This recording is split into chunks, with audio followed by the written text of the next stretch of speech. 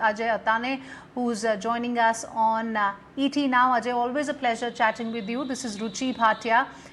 This time around, we've seen two bids coming in. The last time in 2017, the entire process had to be scrapped and reworked, and the government said that the bidding can now happen on the basis of enterprise value. Do you think that is the one precondition that has perhaps worked for the government's stake sale process for Air India, and which is why we've seen two bids? Hi, Ruchi. Always good to be back. So, yes, very excited for the fact that the government's finally received bids for Air India. I think it's a wonderful airline with a lot of potential, but perhaps a private party can do wonders for it much better. You yourself mentioned how the process had been tweaked and the rules have been tweaked. So there's been a lot of work that has been going on at the background. And I think in combination, everything has been responsible for this interest that Air India has generated this time around, including the fact that the party could acquire 100% of Air India this time, including the fact that enterprise value of Air India was used rather than all the other criteria that they were using the last time. And the fact that I think we are all hearing different things, but the deal has been considerably sweetened this time around as compared to the last time that the government was trying to sell off Air India to a private party. So management control is absolutely essential to the turnaround of Air India, and I think if they're able to sell it off this time, that will definitely happen.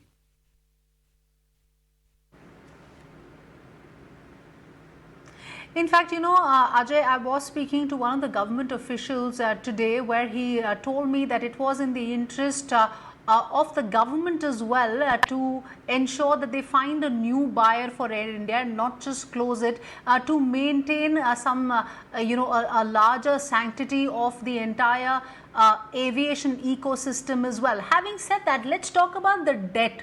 The debt of Air India, which of course may not really go to the new buyer, could be something that the sovereign may have to handle, is close to 65,000 crore rupees. Some of it is not even backed by assets. Do you think it is some time away before the government can, really get rid of this massive debt that hangs on their head? See, it will take some time, obviously, to realign the whole financials and kind of make the proper provisions in the government books to kind of take care of this debt.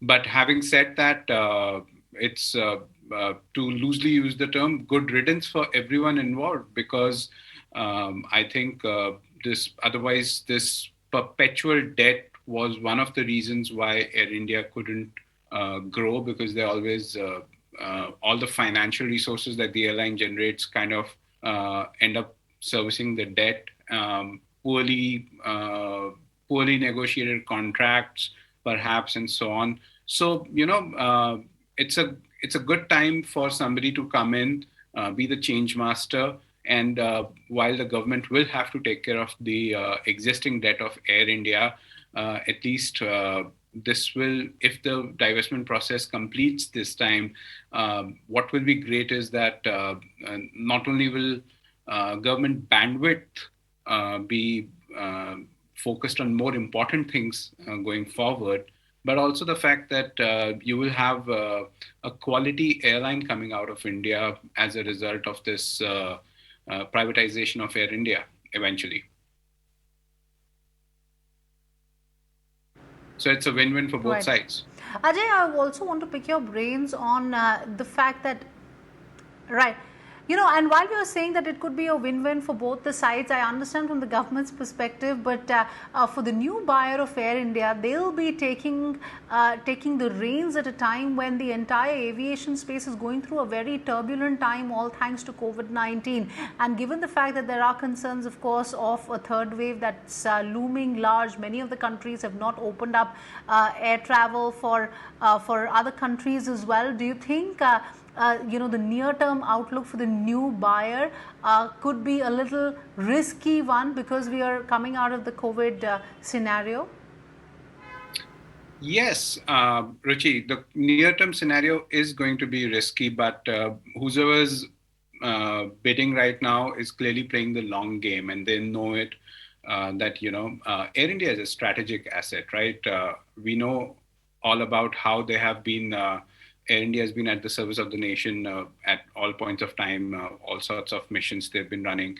But Air India has also been is also the face of India abroad, right? So when you think of an Indian carrier, Jet Airways is out of the picture now, and Air India is the only flag you see for India in the US and in many parts of Europe and so on.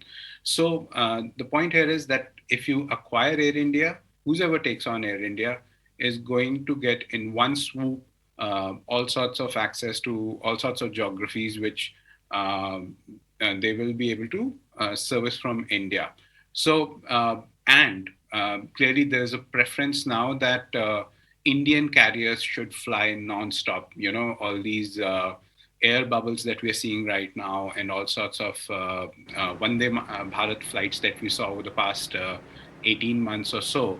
So the preference is that Indian carriers should fly non-stop to all parts of the world. Air India already does that. So that will be a Right. huge plus for whoever wins this divestment. Right. Okay, all right. On that note, Ajay, appreciate you taking your time out and speaking with us. We will keep connecting with you as and when we hear more from the government and on the entire stake sale process for the Maharaja. But with that, let's